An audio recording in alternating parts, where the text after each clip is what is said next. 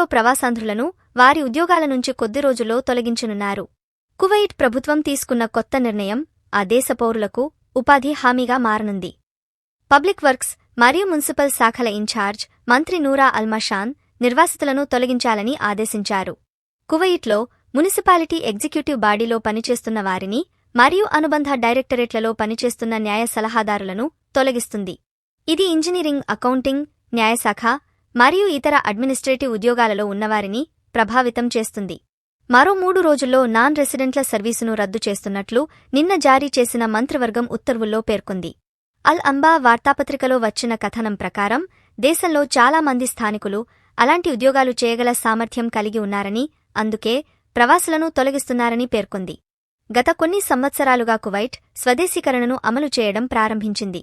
2024లో Kuwait petroleum కార్పొరేషన్లో మొత్తం 1211 ఖాళీలలో కేవలం కువైట్ పౌరులు మాత్రమే ఉద్యోగాలు పొందారు. కువైట్ ప్రభుత్వ రంగంలో దాదాపు 4,83,200 మంది పనిచేస్తున్నారు. వారిలో 23% మంది నాన్ రెసిడెంట్లు. పైగా 4.8 మిలియన్ల జనాభా ఉన్న దేశంలో 3.3 మిలియన్ల మంది విదేశీయులు.